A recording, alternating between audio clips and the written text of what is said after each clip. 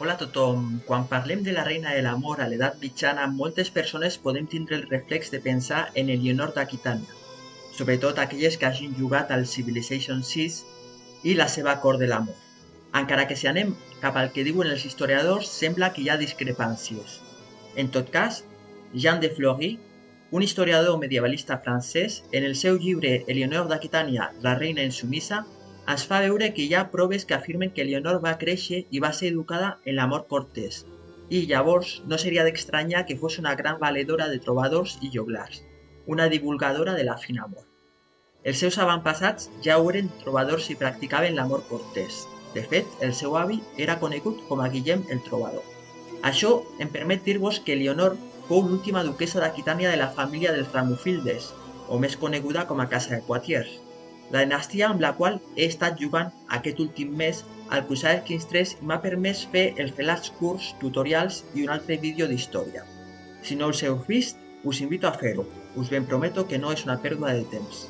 Un cop va morir ella, aquestes terres passaren a mans dels seus descendents Plantagenet. El ducat d'Aquitània va perdre, amb el pas dels anys, la seva dimensió administrativa, que cobria gran part del centre, oest i sud-oest de la França actual. Durant molts anys també fou disputa entre els plantagenets i els capecians en la que es coneix com la Primera Guerra dels 100 anys, fins que els segons van recuperar una gran part dels territoris d'Aquitània. Com veieu, tinc de fons el joc del qual us parlo, el Crusader Kings 3. No faré una llarga introducció per explicar per què i com s'estructuren aquests vídeos d'història que comparteixo amb altres. Ja ho vaig fer en el primer i us dono el mateix consell que fa just un moment. Mireu-lo perquè val la pena. Anem per feina i contestem la pregunta que formulo al títol del vídeo. Qui era la reina de l'amor a l'edat mitjana? Elionor sembla una bona candidata sens dubte, tot i que n'hi ha una altra que s'ho val molt més i que fou coneguda arreu de l'Europa occidental i potser fins i tot més lluny. Dit tot això, per a les persones que no coneguen el canal, us deixo que el descobriu per vosaltres mateixes. Entreu a la comunitat, a la llista de reproduccions i gaudiu dels jocs i partides que us presento. Aquest és el canal Mir de Tost i un cop feta la presentació, comencem amb el segon vídeo de preguntes d'història. Per a poder respondre com cal, primer de tot deixeu-me que us parli una mica de la cultura occitana, en els segles de l'edat mitjana. Per fer un resum molt bèstia, la cultura occitana podem dir que és aquella que es troba a la meitat sud de la França actual, englobant el que podríem definir com 7 províncies, que és Aquitània, Gascunya, Tolosa, Auvernya, la Septimània, Provença i el Vivarès. És així perquè aquestes províncies és on parlen una variant del llatí, que es defineix com la utilització del vocable hoc per a dir sí. D'aquí vindria la llengua d'oc i més tard l'occità, que agafaria el vocable hoc més el terme Itània del vocable més antic Aquitània, formant així la paraula i més tard també l'adjectiu d'occitans.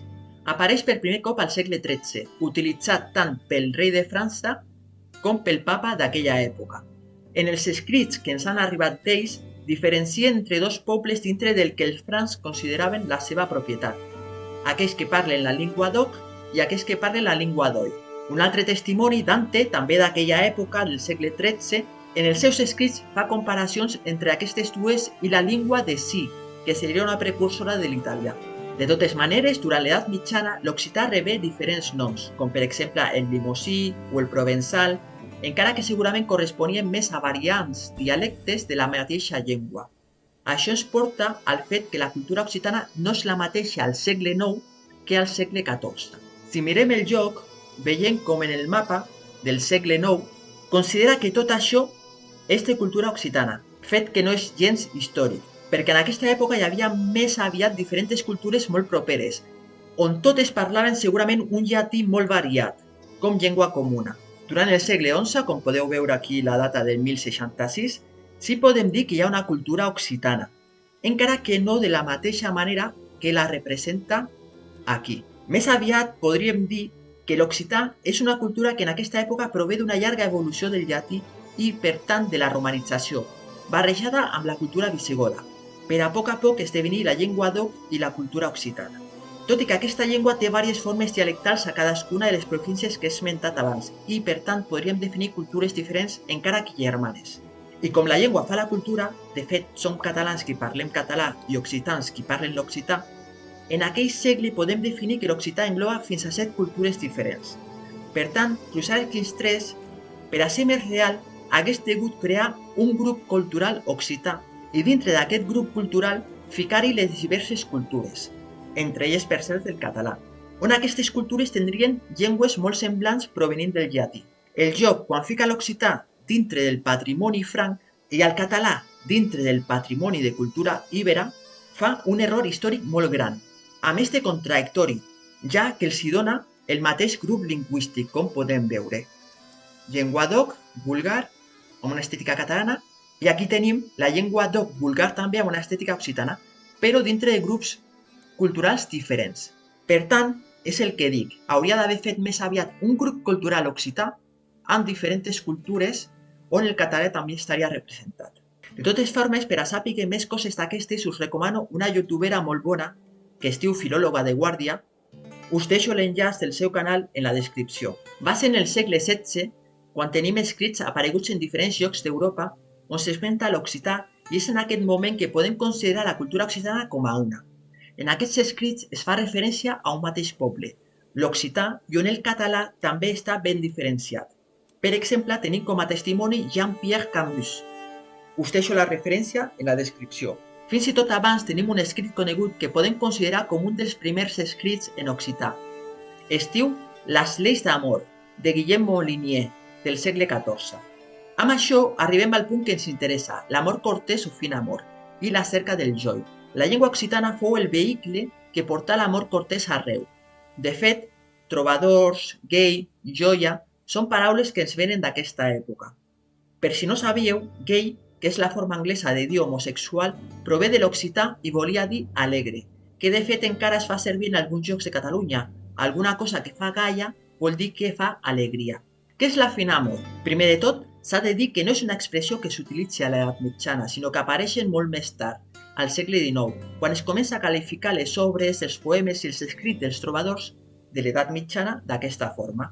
La fin amor significa amor pur en occità, més conegut com a amor cortès. És una forma de viure en l'edat mitjana, o més ben dit, un art de viure o d'amor. Té un codi propi de politesa i galanteria. És una forma d'amor complex, que no sempre va ser igual, no va ser el mateix al segle XI que al segle XIII. Per exemple, amb els trobadors de l'amor cortès en època dels càtars, la dama és inaccessible, de vegades casada amb un altre senyor. La fin amor és llavors secret, o en tot cas es fa veure que ho és. Podríem dir que és com una espècie de poliamor medieval. És així com l'occità, amb l'ajuda de trobadors, es converteix en la llengua de l'amor en l'edat mitjana. Els trobadors són poetes que porten el fin amor arreu del món conegut, sobretot l'Europa occidental, fent de la llengua d'oc la més prestigiosa en aquella època. Això, com podeu entendre, no agradava gens a l'Església ni als francs, que tenien una visió de la vida molt diferent. L'Església era molt més conservadora. Els francs tenien una cultura més tancada, guerrera i sobretot volien les terres occitanes. Quan la fin amor corre per terres dels Plantagenets, de la Corona d'Aragó, de Castella, arriba fins a Itàlia i les terres del Sacre Imperi, es transforma també en una excusa per a la croada contra els càtars. L'Església considerava la fin amor i el joi quasi com una heretgia i enviava sovint els seus clergues cap a terres occitanes per corregir el camí erroni d'aquests. És dintre tot aquest moviment cultural que neix el catarisme i tot el que comporta. I què és el joi? Avui en dia, joi és l'acrònim de Jerk of Instructions, ho sento pel meu anglès, que és una forma de masturbació, de donar-se a si mateix o a una altra persona plaer. No entraré en més detalls ja que no és el tema del vídeo, tot i que no va molt mal encaminat, ja que joi és una paraula occitana per a dir joia, gaudir o plaer. En aquella època es considera que el joi emana de la dona i ajuda a la fin amor a aparèixer. Ajuda a l'home galant a trobar les paraules i fer els poemes, com un tipus de màgia d'amor que crea un tot. Entre els trobadors catalans més coneguts tenim a Guillem de Berguedà. Com a exemple, el seu plany a l'amor de Pons de Mataplana. Precisament els Mataplana eren una família de trobadors molt famosa en aquella època. Com a exemple, Huguet de Mataplana, que d'ell tenim poemes sobre Raimon de Mirabal, un altre trobador occità bastant conegut. Tots tres són trobadors de final del segle XII i principis del XIII, que podríem dir que era el moment més dolç i gran de l'occità, de les terres d'Occitània i dels trobadors. Aquests trobadors eren contemporanis de l'autèntica reina de l'amor medieval, de la fin amor, i la més gran valedora del joi.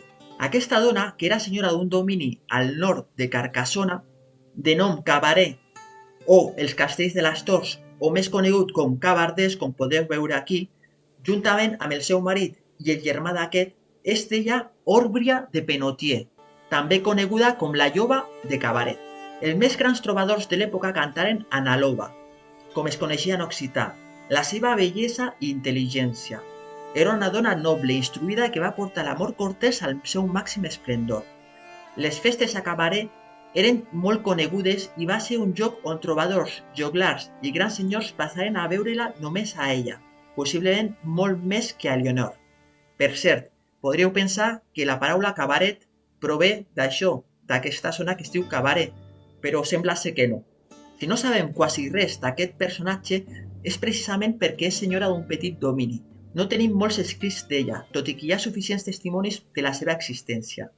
Tenim el contracte de matrimoni amb Jordan de Cabaret, que era el senyor d'aquelles terres, juntament amb el seu germà Pere Roger, conegut defensor de Carcassona, qui va estar amb el comte mort pels croats fins a l'últim moment.